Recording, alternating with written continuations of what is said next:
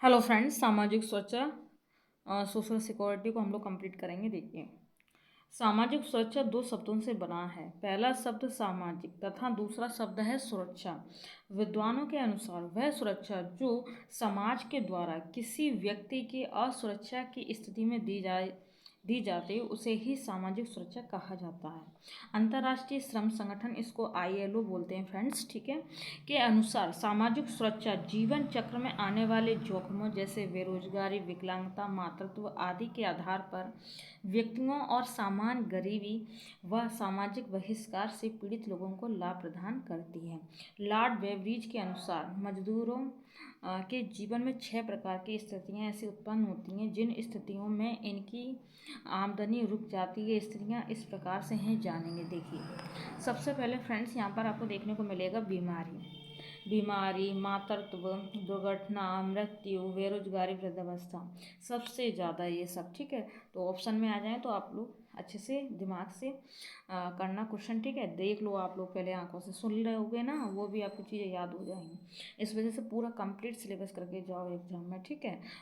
देखिए, जब कभी भी मजदूरों के जीवन में 6 प्रकार की स्थितियाँ उत्पन्न होती हैं तो उनकी आमदनी रुक जाती है। मालिक उन्हें काम नहीं नहीं तो वेतन नहीं, ठीक है, नो वर्क नो पे के सिद्धांत पर मंजूरी नहीं देता। इस प्रकार उस समय मजदूर के समक्ष एक आर्थिक संकट की स्थिति उत्पन्न हो जाती है और वह मजदूर असुरक्षित महसूस करने लगता है। इसी स्थिति में समाज के द्वारा जो सुरक्षा उसे प्रदान की जाती है उस सुरक्षा को सामाजिक सुरक्षा कहते हैं फ्रेंड्स, ठीक है। आगे देखिए, यदि उपयुक्त बातों को देखें तो निम्न 3 बातें सामने आती हैं। पहली देखिए, सुरक्षा कार्यक्रम। देखिए, सुरक्षा कार्यक्रम के द्वारा मुख्य रूप से मजदूरों को सुरक्षा प्रदान की जाती है। दूसरा देखिए, खास परिस्थितियों के बदले सामाजिक सुरक्षा कुछ खास परिस्थितियों में दी जाती है। बीमारी, मातृत्व, दुर्घटना, मृत्यु, बेरोजगारी तथा वृद्धावस्था। आगे देखिए, समाज के द्वारा पाना। देखिए, समाज के द्वारा पाना देखिएगा है। देखिए, सामाजिक सुरक्षा समाज द्वारा दी जाती है। इसमें संगठन बनाकर या सरकार द्वारा प्रत्यक्ष रूप से सुरक्षा प्रदान की जाती है। सामाजिक सुरक्षा के उद्देश्य देखिए, सामाजिक सुरक्षा के निम्नलिखित मुख्य उद्देश्य हैं। सबसे पहले, आमदनी को बनाए रखना, आवश्यकताओं की पूर्ति के लिए सुरक्षा की भावना का विकास करना, सामान्य जीवन जीने में मदद करना। सामाजिक सुरक्षा अस्थायी प्रकृति की होती है। समाज में उत्पन्न समस्याओं का रोकथाम करना, ये सब फ्रेंड्स, ठीक है। नेक्स्ट आगे देखिए, भारत में सामाजिक सुरक्षा के विकास का इतिहास। कहा जाता है ये कि सामाजिक सुरक्षा एक आधुनिक अवधारणा है जिसका विकास औद्योगिकरण के बाद प्रारंभ हुआ है। लेकिन भारत के संदर्भ में विद्वानों ने कहा है कि भारत में औद्योगिकरण के पहले भी सामाजिक सुरक्षा की पद्धति पाई जाती थी। हमारे प्रारंभिक काल में सामाजिक सुरक्षा निम्नलिखित संस्थाओं के द्वारा दिया जाता था पहले, ठीक है। अब देखिए, कौन कौन सा था पहले। देखिए, मंदिर, मस्जिद, मठ, चर्च, गुरुद्वारा इत्यादि। संयुक्त पारिवारिक प्रणाली से, ठीक है, जाति प्रथा से, कृषि व्यवस्था से, शिल्प उद्योग से, ये सब से, ठीक है। आगे देखिए, शिल्प उद्योग ये सब हैं फ्रेंड्स, तो याद रखना सब। नेक्स्ट देखिए, सामाजिक सुरक्षा की प्रकृति। सामाजिक सुरक्षा की प्रकृति को निम्न 2 भागों में हमने क्या किया, विभाजित किया है। तो कानूनी सामाजिक सुरक्षा, सामान्य सामाजिक सुरक्षा। कौन कौन सी, कानूनी सामाजिक सुरक्षा।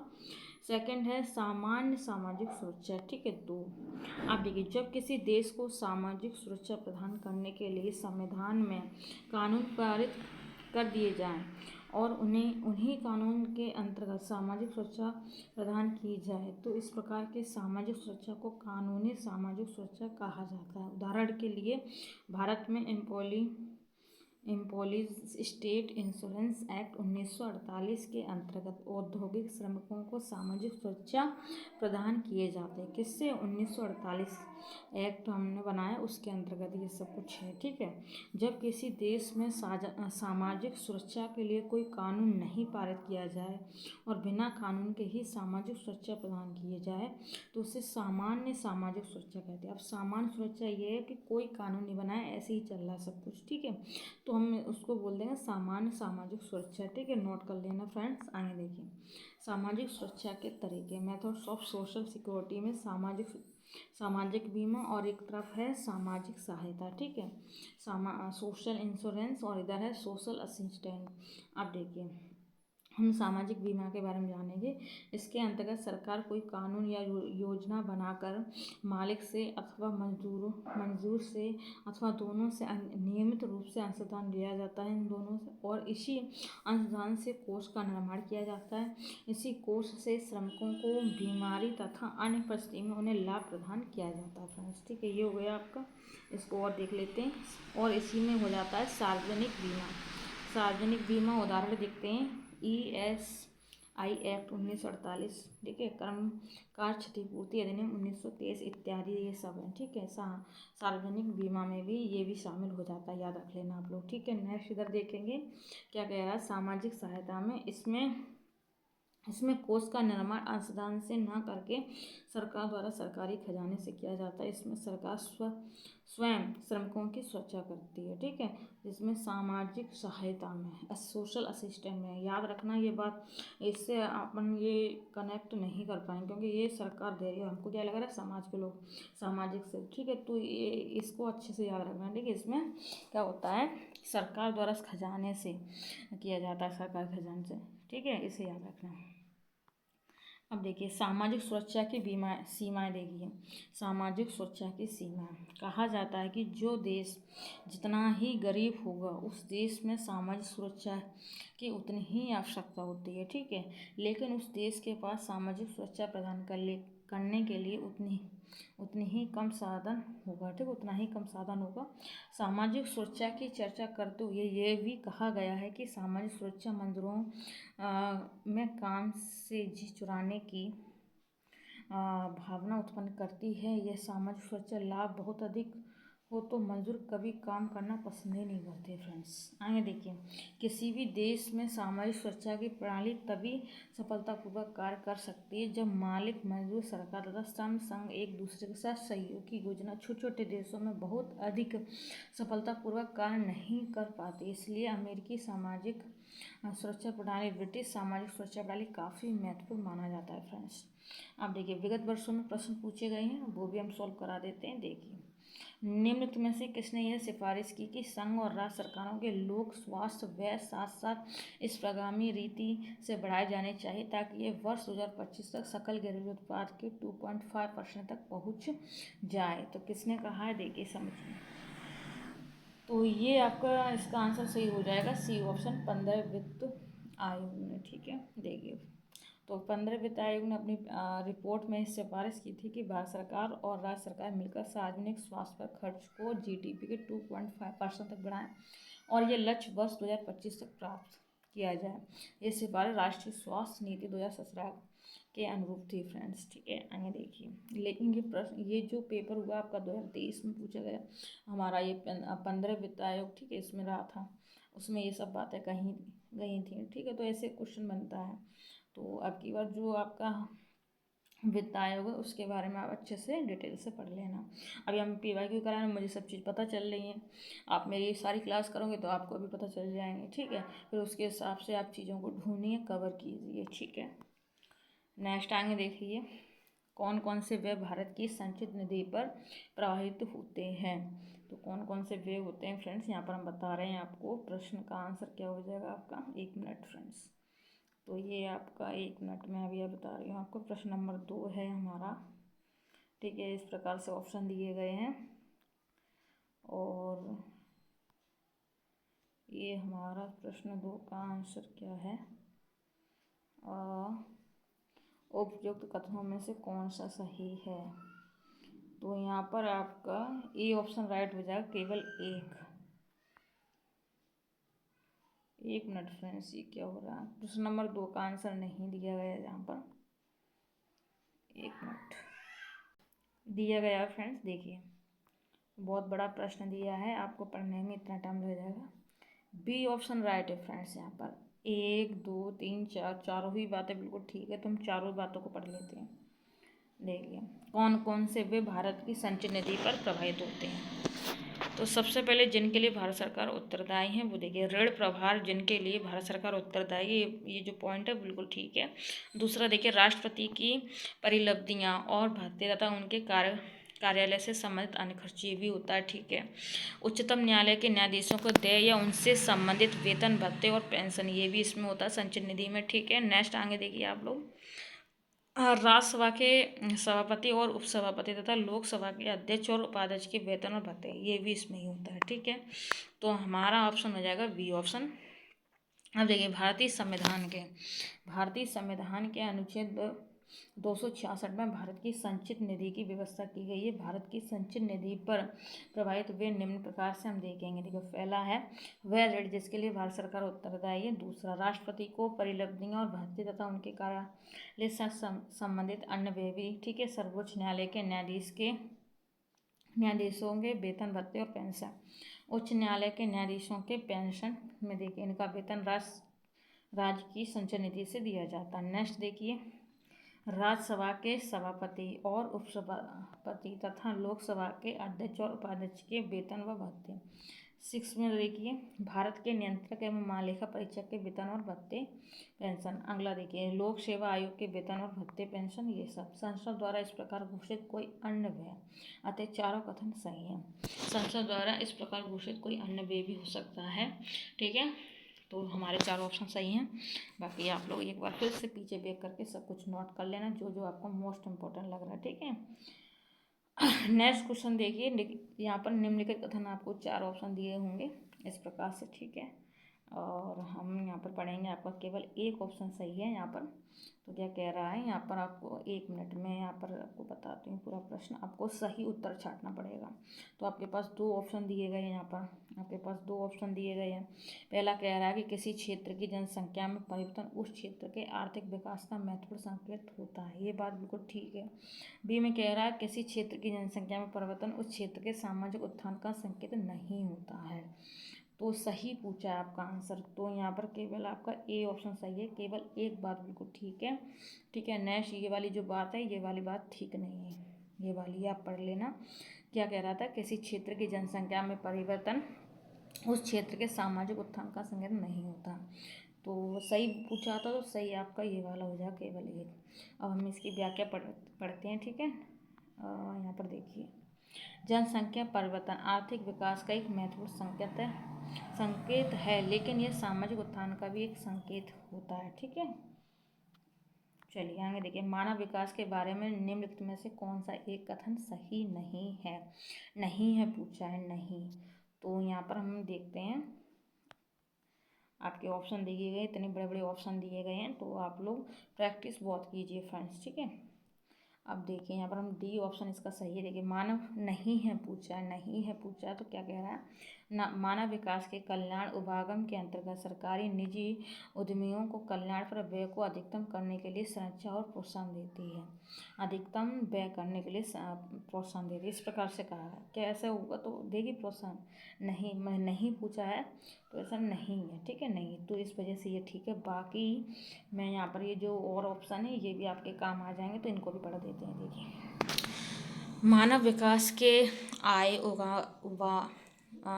उपागम की आधारभूत संकल्पना यह है कि आय का स्तर व्यक्ति द्वारा उपभोग की जाने वाली स्वतंत्रता के स्तर को प्रतिबिंबित करता है, ठीक है। आगे देखिए, नेक्स्ट अगला क्वेश्चन, ILO मानव विकास का मूल्य आवश्यकताओं का उपागम प्रारंभ में अंतर्राष्ट्रीय श्रम संगठन ILO द्वारा प्रस्तावित किया गया था, ये भी ठीक है।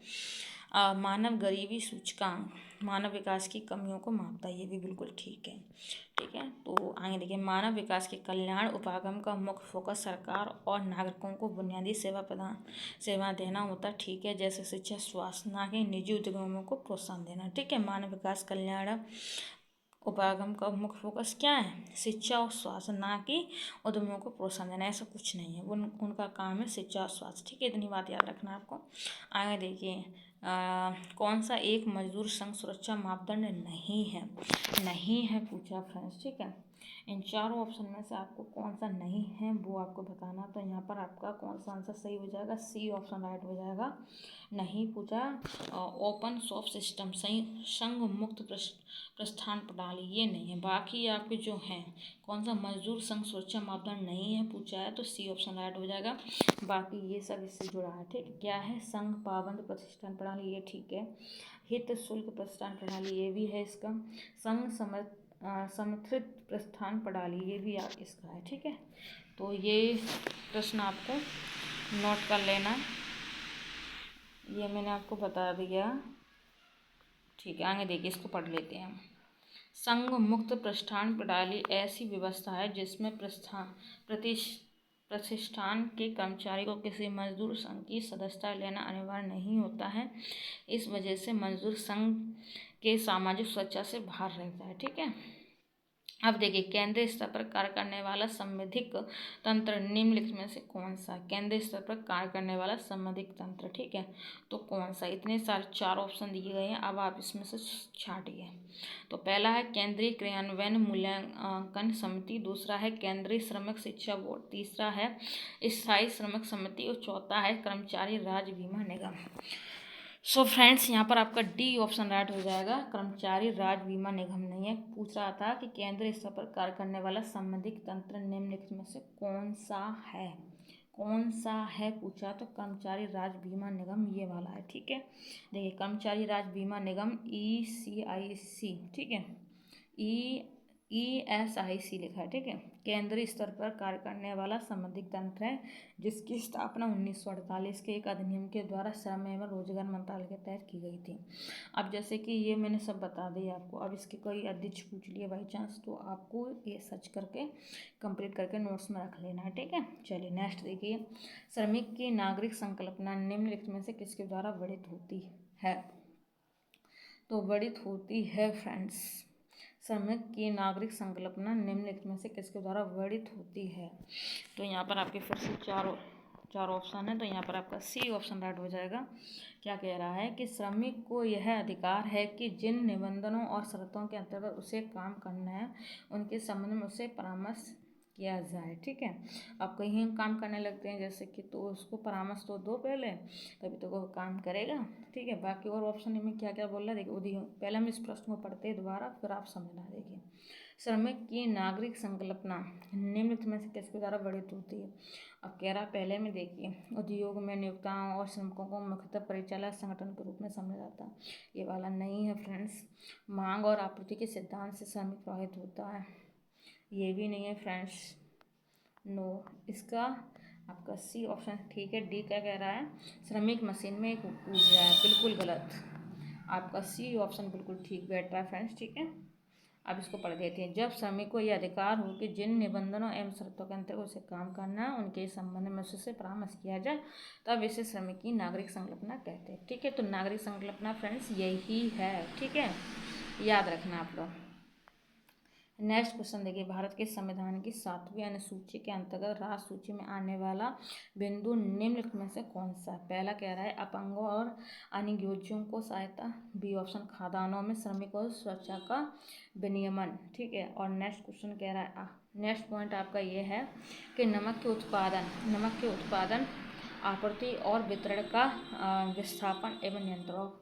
और अगला है सामाजिक सुरक्षा और सामाजिक बीमा। तो यहाँ पर आपका ऑप्शन हो जाएगा ए ऑप्शन कह रहा है अपंगों और अनियोज्यों को सहायता, भारत के संविधान की 7वीं अनुसूची में फ्रेंड्स। ठीक है, अब हम इसको पढ़ देते हैं। अपंगों और अनियोज्यों को सहायता प्रदान करना भारतीय संविधान के 7वीं अनुसूची के अंतर्गत आने वाले राज्य सूची का विषय। राज्य सूची में मूल रूप से 66 विषय हैं। राज्य सूची में कितने विषय हैं, 66 विषय हैं। ठीक है, परंतु वर्तमान में इसमें कितने 61 ही विषय रह गए हैं। ठीक है, राज्य सूची में फ्रेंड्स, और पहले कितने थे, 66 थे, अब कितना रह गया, 61 रह गया। ठीक है, ऐसे करके याद रखना। अब देखिए, और यह पूर्ण धारणा कि मनुष्य स्वार्थी और स्व केंद्रित है, और यहाँ तक कि वह दूसरों की कीमत पर भी हमेशा अपने स्वार्थों को पूरा करने का प्रयास करता है, श्रमिक कल्याण के किस सिद्धांत की व्याख्या करता है ये फ्रेंड्स बताओ। तो यहाँ पर आपका बी ऑप्शन राइट हो जाएगा, पुलिस सिद्धांत पर फ्रेंड्स। ठीक है, पुलिस थ्योरी पर।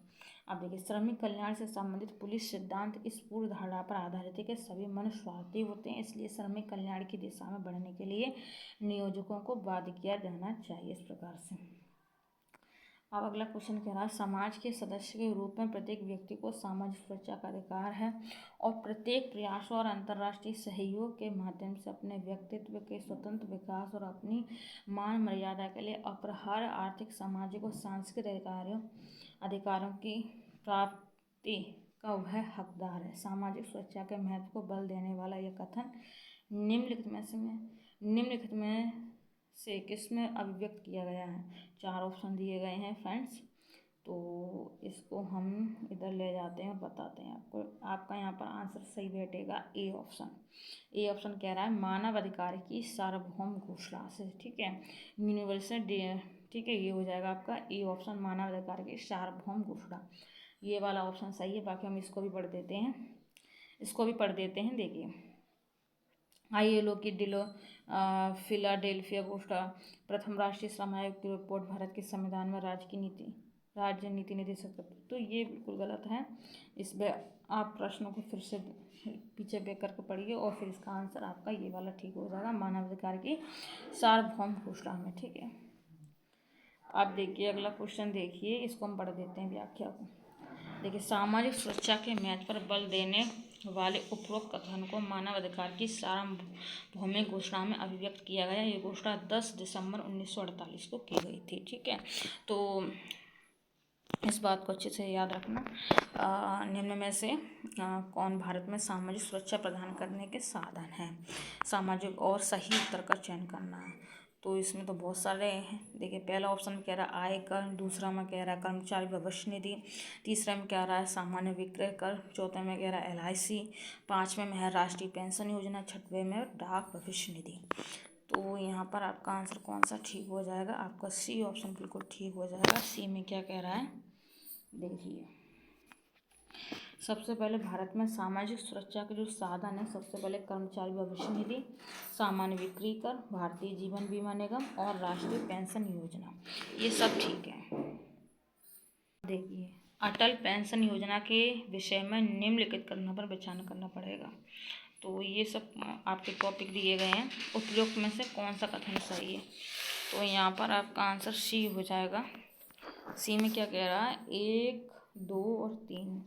एक यहाँ पर हम पढ़ देते हैं। एक में क्या कह रहा है, देखिए, लाभार्थी 18 से 40 वर्ष की आयु वर्ग में ही होना चाहिए, 18 से 40, ठीक है। आगे देखिए, लाभार्थी को उसके 60 वर्ष की आयु पूर्ण करने के उपरांत ही पेंशन प्राप्त होगी, ठीक है, अटल पेंशन योजना में। तो मैंने यहाँ पर 1, 2, 3, ठीक है। 3 में क्या कह रहा है, किसी लाभार्थी की मृत्यु हो जाने के उपरांत उसके पति या उसकी पत्नी को पेंशन मिलती रहेगी, ठीक है। नेक्स्ट यहाँ पर क्या कह रहा है, लाभार्थी को किसी नामिती की अनुज्ञा नहीं है, लाभार्थी को किसी नामिती की अनुज्ञा नहीं है, तो ये बात गलत है, होनी चाहिए, ठीक है।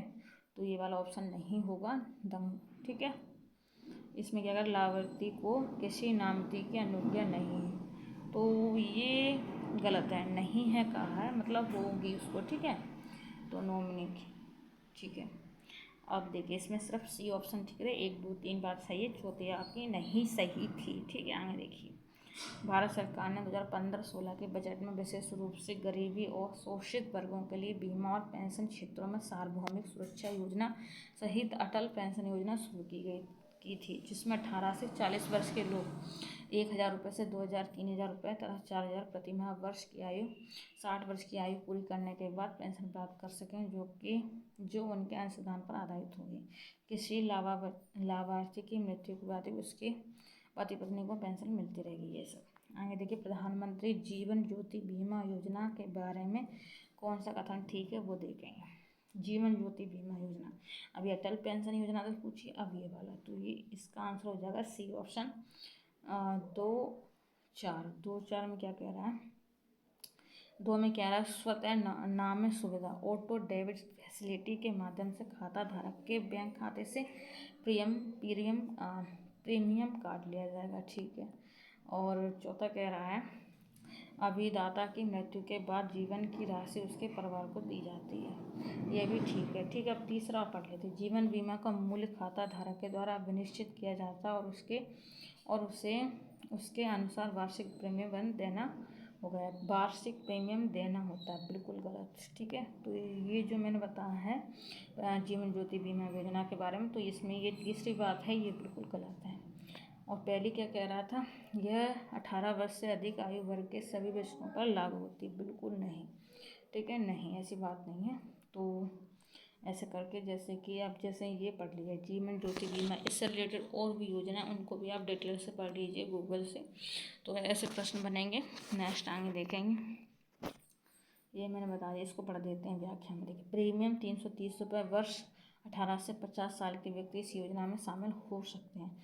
स्वतः नामे सहमति के बाद खाता धारक के खाते से प्रीमियम की राशि काट लिया जाएगा। ठीक है, किसी भी कारणवश अभिदाता की मृत्यु के बाद जीवन बीमा की राशि 2 लाख उसके परिवार को दी जाएगी। ठीक है, ऐसे